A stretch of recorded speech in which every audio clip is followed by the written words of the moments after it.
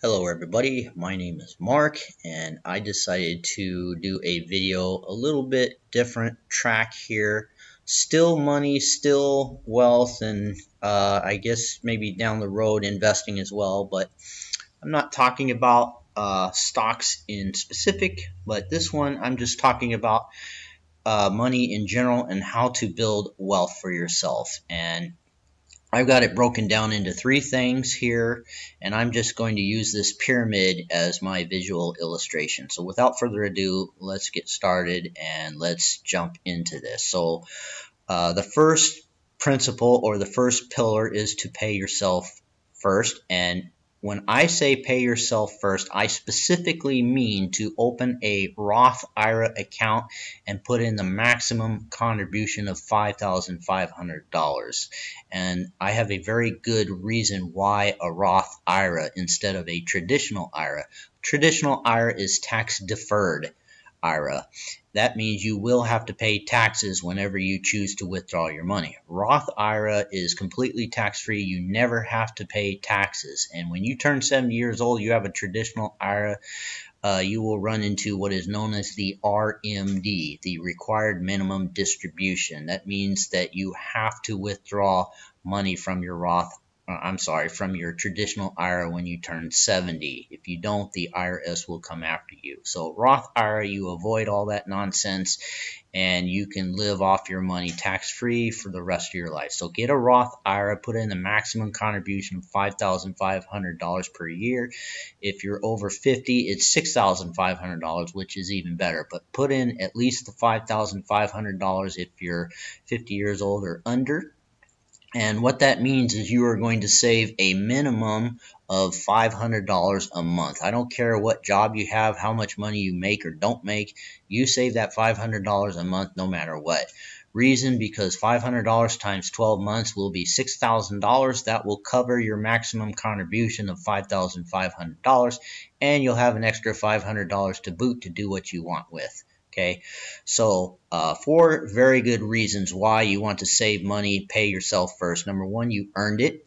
You have a job, you work 8 hours a day, 5 days a week, and you deserve to keep the money you earn. If you're not saving money, then you're making your bill collectors rich.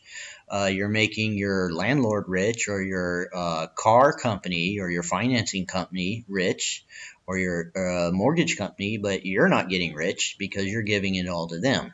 So save your money, pay yourself first. You earned it. You deserve to keep your money. And this will prepare you for retirement. And one day you will become financially independent. Financial independence is when you don't have to work if you don't want to. You can if you choose. And I would think, hopefully, you'd want to do something productive with your life, but you don't have to. You are financially independent, and this will ultimately give you peace of mind.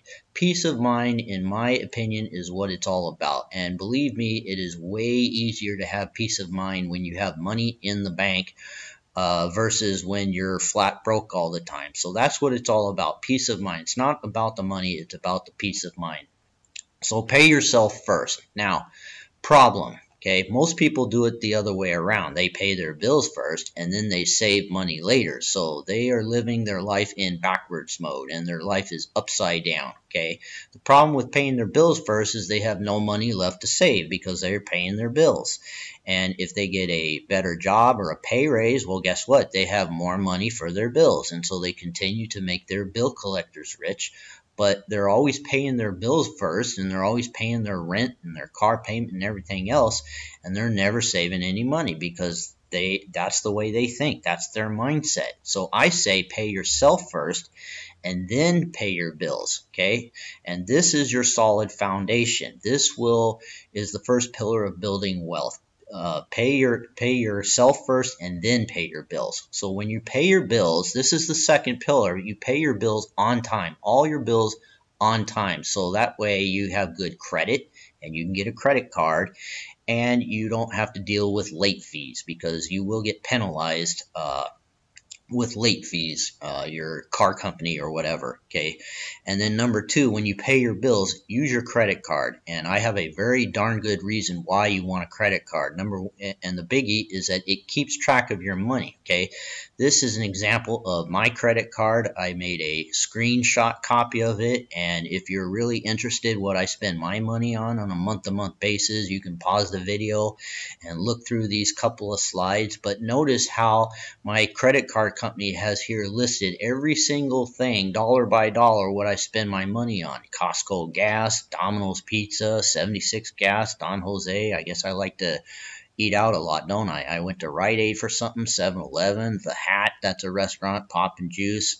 I like to eat out a lot, I guess. What can I say? But that's what your credit card will do for you. It's almost like having your own personal financial advisor. And if you do that, you don't have to keep a budget. Your credit card company will do it for you. And then number two, you pay off your entire balance. Don't pay the minimum interest. Okay, again, I made a screenshot here. Okay, if I wanted to, you'll see three things. There's a statement balance, a current balance, and a minimum payment. Okay, if I wanted to, I could pay $25 minimum payment, even though I have that $600 bill, right? Sounds like a good deal. Well, you're wrong if you think that's a good deal, because what's going to happen is if I spend another $600 the following month, now I owe $1,200. Okay, and my minimum payment will go up. And that's how people's lives spiral out of control. So when I pay the whole balance, I mean pay the statement balance, okay? The only difference between current balance and statement balance is that the current balance is the entire balance, where the statement balance just goes back to the last day that you paid your bill. Okay, but it's essentially the same thing. So you can pay the statement balance and you won't get charged any interest, you won't get charged any fees. And then guess what? On the bottom, you get cashback rewards, okay?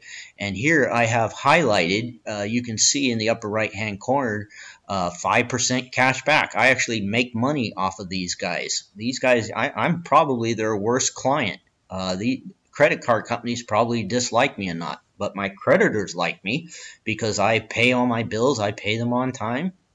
And that's the second pillar, okay? So first, I pay myself first, and then I pay my bills. And that leads to the last pillar, and this is my favorite one. Invest your money. But I know full well that in between invest your money and paying your bills, there's something that I should probably put in between, and that is pressure, okay? I know darn well that there's a lot of people out there that maybe they've never done this before, that if they do save their money, they do save that $500 a month, they're going to come under pressure. And when the rent's due or whatever, they're going to come up short. So I put that in between. Even though it should not be there, I made it really small. I'm putting it there anyway because I understand that you're going to run into pressure. Okay, so here I listed some ways that you can deal with financial pressure. Number one, you can get a second job. Okay, I guarantee you, companies, there's lots of jobs out there that will hire you part-time, because companies, if they hire you part-time, they don't have to pay you benefits. They don't have to pay you health care or vacation pay. So lots of companies out there will hire you for part-time. Two, you can start a part-time business. If you have a skill or a hobby, you're good at fixing houses or something, you can do freelancing, put yourself out there on Craigslist and make some extra money that way. You can do YouTube videos. You can make money doing that. That's what I'm doing. I'm not making money at the moment, but at some point I hope to make some money when I choose to monetize it. Music lessons, if you play the piano, or tutoring, you can drive Uber. So lots of things you can do. And I realize you may work 50 or 60 hours a week, but how important is your financial independence? How important is it to save that money? Okay. Number three, downsize. Okay. If you live in a house, rent out your rooms or live with some roommates. Or if you want, you can move to a smaller apartment, a studio apartment, or even rent a bedroom. If you live in the Southern California area like I do, rent will run you anywhere from $2,000 a month or higher for a basic apartment, 2-bedroom. But if you rent a bedroom, you can live. And I realize that if you're married and you have kids, that may not be an option. But if you're single, you can rent a bedroom and spend about $600 to $700 a month and live in sunny Southern California. Okay, so that's a very good thing to do. And transportation wise, you can drive small cars or even ride a bicycle or take the bus. The two biggest expenses in your life are your living expenses and your car expenses, your transportation. So those two things right there will help cut down your financial pressure drastically. And of course, there's lots of other things you can do. Coupons when you go grocery shopping, don't eat out too much. And there's all sorts of stuff out there. You can ask for help and get advice. And there's plenty of people out there that they have it together and they're doing just fine, and they'll be probably more than happy to help you out, give you some advice. So those are some of the ways to deal with the financial pressure. And so I put that in between pay your bills and invest, but that shouldn't be there. Ultimately, your pyramid, your three pillars of wealth should look like this. There should be no financial pressure in your life, but just in case there is, then I put that in there and I talked about it a little bit. But ultimately, number one, foundation, pay yourself first, and then number two, pay all your bills and use that credit card for your budget. And then finally, become an investor. And I can tell you right now, this is my favorite one. I am an investor. I've done lots of videos on investing. I love it. I make a little bit of money every year. And I don't make a killing, but I do make money every year because I put in the time, I paid my dues and did my homework. Okay, so when you want to become an investor, number one, open an account with an online broker. Scottrade, Ameritrade, E-Trade, and those places will help you set up a Roth IRA account, and then you can invest your money with those guys. And they have 1-800 customer service people that will help you out. Number two, save money, which you should already be doing, but if you could save more than the minimum, even better. And three, this is super important, start paper trading. Okay, that means you open an account, a virtual account, and then you can buy and sell stocks or bonds, mutual funds, stock options, futures, and you can do this with money that's not yours. It's not real money. It's like playing Monopoly, and that's a great thing to do. It'll help you get your feet wet, and then when you become profitable, then you can start doing that with your real money. And in the meantime, you're saving your real money, and then hopefully one day you'll have enough money you can buy some decent stocks and put on like the option collar strategy, my favorite strategy in the world. Number four, you can read books, watch videos, etc., and read the financial news every day. And all these things will help you learn to become an investor. So that's it, guys. 3 pillars of building wealth. Okay, pay yourself first, pay your bills, and become an investor. And I put this in a cycle because it's really more of a circle than it is a pyramid. Because if you pay yourself first, you will have more money to pay your bills and more money to become an investor. And then as you invest your money and you make some interest, that's paying yourself first. You'll have more money for yourself, more money for your bills, more money for investing, round and round. Okay, so it's more of a cycle than of a pyramid.